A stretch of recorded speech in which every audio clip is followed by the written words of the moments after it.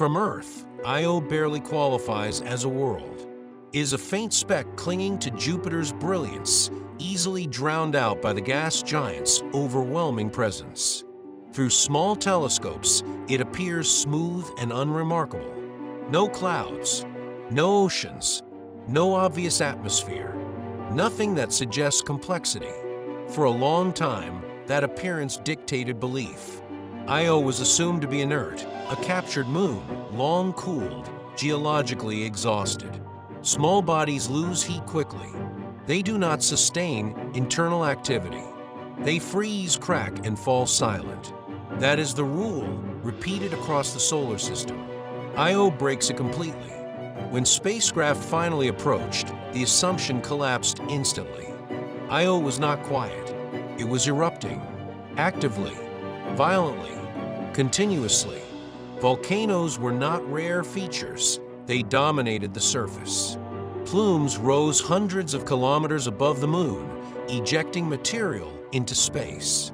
Lava flowed across plains faster and farther than anything seen on Earth.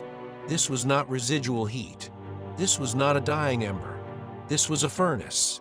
Io is the most volcanically active body ever observed, not just in scale, but in persistence. Entire regions of the surface are resurfaced within years. Impact craters are erased almost as soon as they form. The moon's face is perpetually young, not because it formed recently, but because it cannot keep a memory. Nothing lasts long enough to age. This level of activity should be impossible. Io is smaller than Earth's moon. By every thermal model, it should have cooled billions of years ago.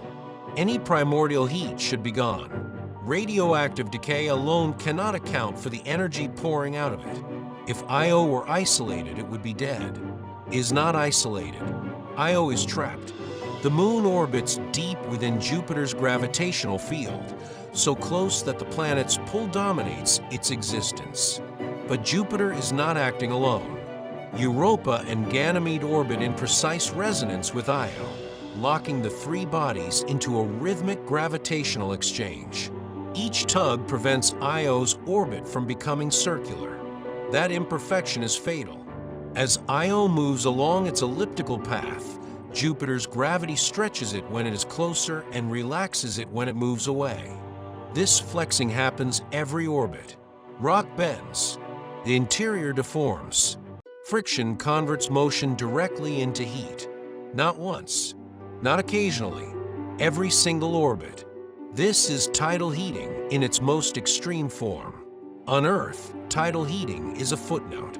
On Io, it is everything. The amount of energy generated inside Io rivals and may exceed the internal heat of Earth, despite Io being a fraction of Earth's size.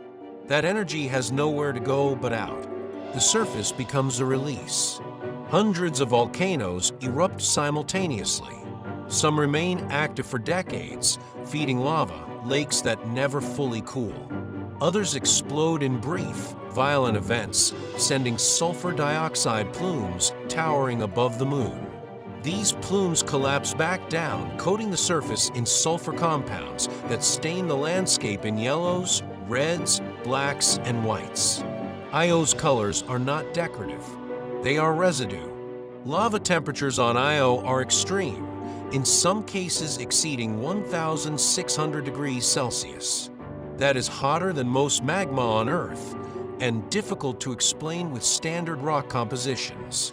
These temperatures suggest molten material with unusually low viscosity flowing easily despite rapid heat loss. This should not persist, yet it does, which leads to the deeper mystery. What is happening beneath Io's crust? One hypothesis proposes a global magma ocean, a continuous layer of molten or partially molten rock beneath the surface. Such an ocean would efficiently distribute heat, explaining why volcanic activity appears across the entire moon rather than clustering in one region. If Io has a magma ocean, it is not a thin one.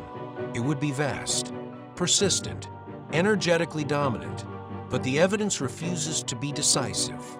Magnetic field measurements hint at a conductive layer beneath the surface, which could indicate molten rock. But those signals are ambiguous. They could also be explained by partially molten regions rather than a global ocean. Without seismic data, certainty remains out of reach. Another model suggests a fractured interior. Instead of one magma layer, Io's mantle may be riddled with melt pockets formed where tidal stress concentrates. These pockets heat, migrate, merge, and drain over time. Volcanism becomes patchy, intense, and uneven, matching what we observe on the surface. But this model raises its own problems. Heat should spread, stress should relax, systems should even out over time. Io refuses. Some volcanic centers remain hyperactive for decades, while nearby regions remain quiet. Lava temperatures vary wildly. Activity shifts, but never diminishes globally.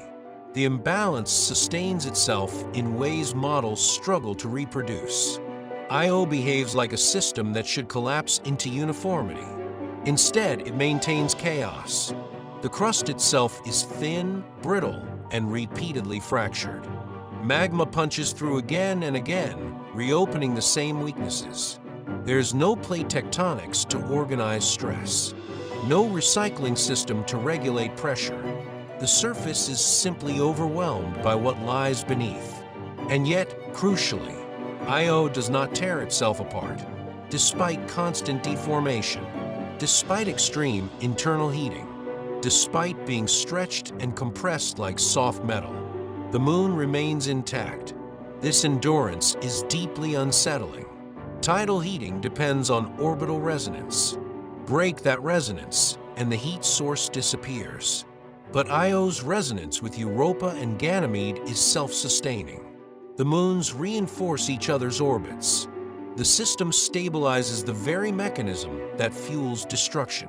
Io is locked in. This suggests the inferno beneath its surface has existed for billions of years. Not episodically, not temporarily, continuously. A moon that has never known geological rest. Every eruption is not a catastrophe, it is maintenance. A pressure release, a necessity. Without constant volcanism, stress would build faster than the crust could fail, leading to something far worse. Io survives by bleeding energy endlessly. NASA has watched this unfold across decades. Voyager revealed the first active plumes. Galileo tracked persistent lava lakes. New Horizons captured immense eruptions in transit. Juno continues to measure heat flow and magnetic anomalies. Each mission adds clarity. Each mission removes certainty.